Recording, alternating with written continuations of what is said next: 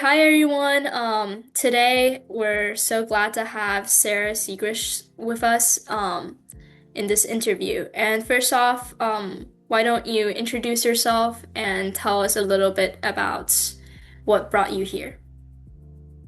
Yeah, absolutely. I'm Sarah Segrest. I am a triathlete. I was born in Vietnam and I was adopted when I was about 6 months old. I just got into the triathlon scene and I became the first Vietnamese person to win a Texas state title. Great. Mark, do you want to ask your question? Yeah, I have two questions. The first question is, why did you choose decide to do triathlon? I'm a super competitive person, and I really wanted to challenge myself, both physically and mentally. Triathlon is a very hard sport to do. It's three things. But I really just wanted to do that. And then the competitive side of me, I had a few guy friends that were like, oh, well, if you're going to do it, then I'm going to do it. And so, me being the way that I am, I was like, well, I'm going to do it before you do it. So, I basically got into the sport because I just wanted to do something hard, and I always ran growing up, and I just wanted to add something else to it.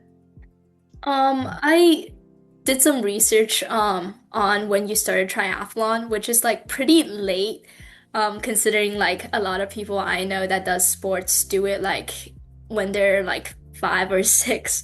So it's like your journey is like really interesting to me. So I wonder what made you think that you can still do it at like such an older age, and what gave you like the motivation to say like, oh, I can still do it at this point? Yeah, so I'm an only child. I was adopted, but I have little cousins that are about y'all's age. And they've gone through some things, and I just wanted to be like the best role model that I could be for them. And I don't think you're ever too old to do something cool with your life. I never thought I would be doing this. Like, if you were to even ask me like a year ago, like, oh, would you be doing triathlons? I'd be like, no, I'd probably would be working my office job. But I mean, you grow up and you realize, you don't have to stop dreaming. Yes, the world will tell you that you need to have a job or you need to have this career, but I mean, life isn't like that. And you only have one life to live, and you have to live it to the fullest. And like I think you mentioned like you ran when you were little. Did you do any other sports? Yeah, I did ballet and I grew up riding horses competitively, so I did show jumping. But yeah, no, my family was always like, you have to pick a sport, you have to do something active, which I think is why out of all three disciplines in triathlon, I think running is my least favorite because I remember my mom dragging me to all the cross country meets and all the track meets and telling me that I need to stop running so slow. But I was like, I did not want to be there.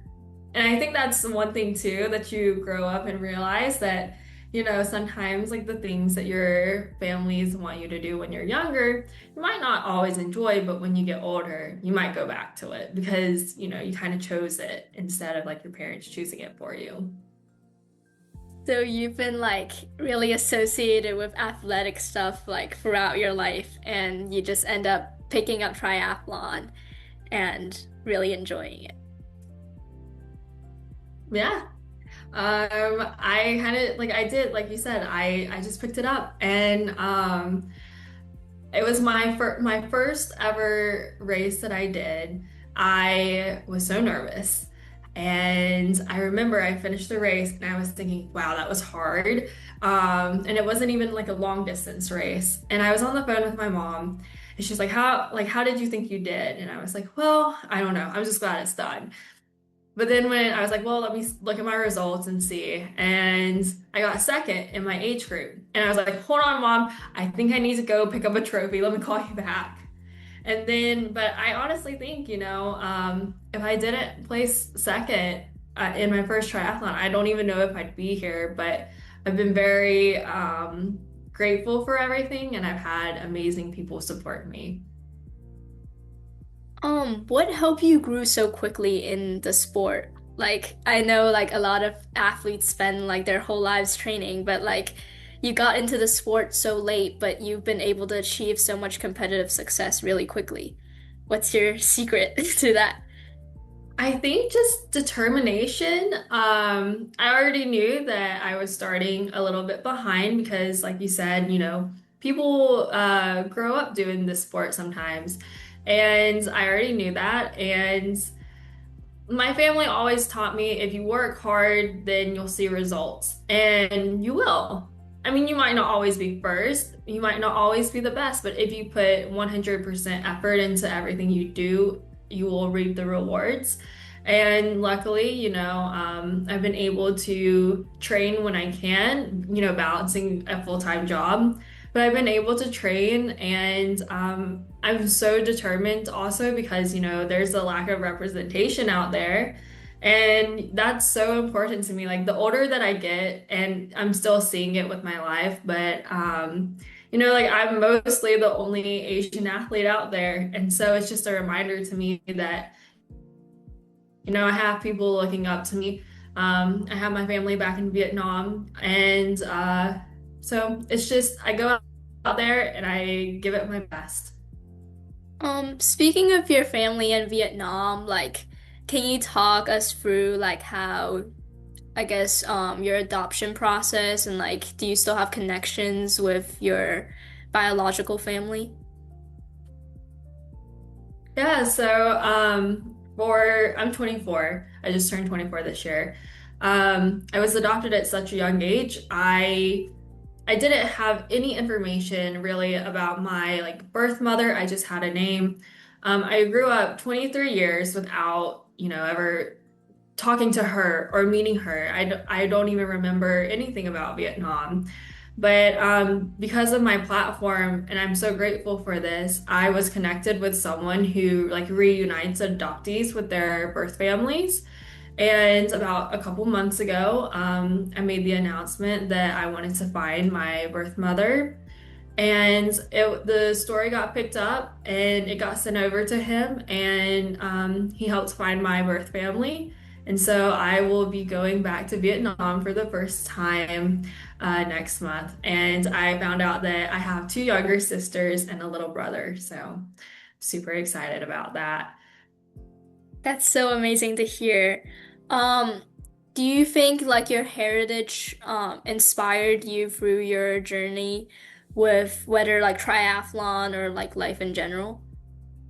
I think so. Well, growing up, I grew up with a white family, so I never knew anything different until I moved to Tennessee when I was in middle school, and that was kind of when I realized, I'm a little different than everyone. I was compared to like my classmates, and when I got to college, I realized, especially with COVID happening, with the pandemic, it really started opening my eyes. And, like I have a voice and I can just let it sink into the background, or I can be a change maker and really start talking about the issues that I've faced in my life and be like a voice for other Asian adoptees and who has gone through what I've gone through. So, Speaking of the people that support you,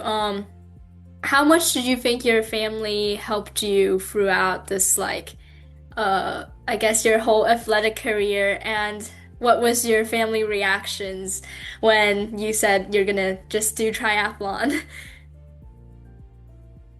yeah, I mean, growing up, my family was always supportive of like anything athletic I did. My grandparents would always come out to my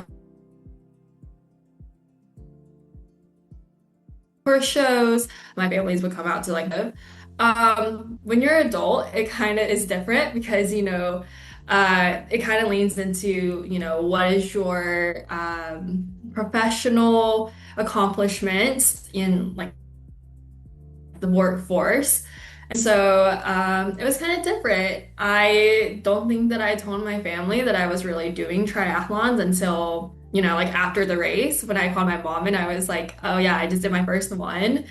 But maybe like everyone else didn't figure it out until I felt confident that, this is what I wanted to do. And it was probably like 3 races in, but they've been very supportive. Um, and like they've come out to a couple races out here, so Great to hear. You've mentioned that you are working on a full-time job and you're a triathlon athlete. So how do you balance that? And can you talk to us a little bit about your job?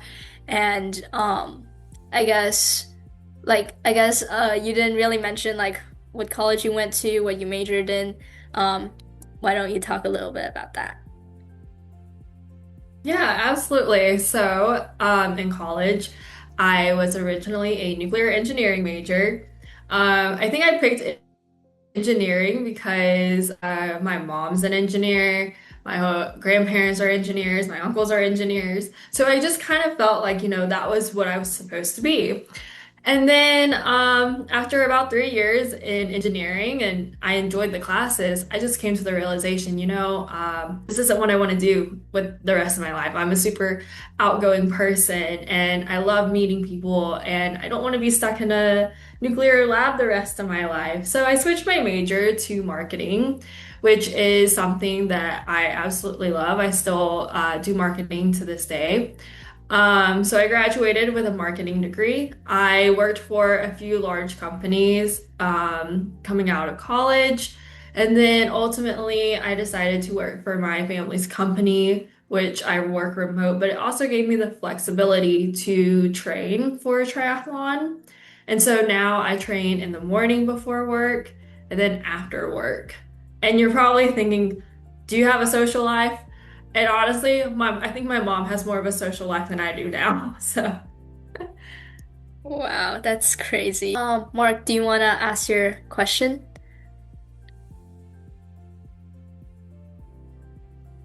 Yes, I have another question that uh, we know that you find the collective try that what that mean for you?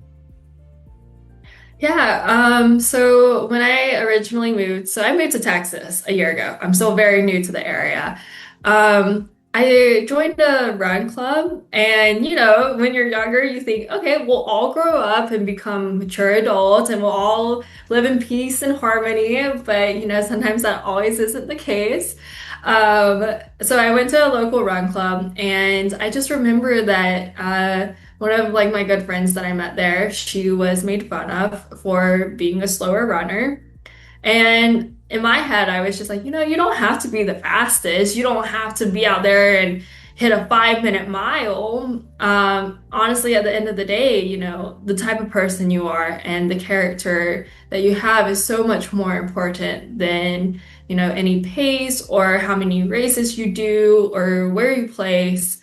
And so after seeing her cry, it honestly hit me really hard. And I was like, I really want to find a community for like triathletes and any endurance athletes to get together and just, go out for bike rides or go for a ride. Just, as a family, the collective triad definitely focuses more on like being part of the community. So next year we have a lot of like volunteer opportunities to give back, and like we were going to do canned food drives and just volunteer our time because that like the way that you treat others speaks volumes. And I mean, in 30 years, are we going to remember how fast we ran at something that we were, my age, we're going to be in our 50s, and we probably won't even remember. And then all we'll remember is, 6'7", probably. So, That's probably all we'll remember, and we'll still look back and wonder what did that even mean? So, Do you have any goals for the collective try to like achieve maybe like by the end of the year or maybe like even more like I don't know like 10 years, 30 years like you said? yeah, I would love to see us continue to grow. I know that we've already talked about, like when we're older, what do we want for the community? And honestly, we're looking for people in the younger generation who would love to take it over and who has that shared vision. It's really hard nowadays to find people who would rather do something selfless instead of with selfish goals. So we're trying to, down the long run, we would love to find people who are very selfless and, care more about the community than themselves. And we would love to pass it down to them. Do you have like a target group like other than just like triathletes, maybe like Asian Americans in general or maybe like I don't know like the younger generation that you really want to inspire? Yeah, I mean, right now, well, personally, for me, it's about like Asian Americans, Asians in general too. And like I said, like people that were adopted because, and I think that's why I'm so open about like my journey and everything that I've gone through is because, you know, I think in today's society, we tend to hide like a bunch of things that happen to us and we normally tend to hide like the parts that we feel afraid of that people will judge. And so, I've lived 24 years like that, and so I'm at the age now where, you know I wish I had someone kind of like me that I could relate to or maybe ask them questions.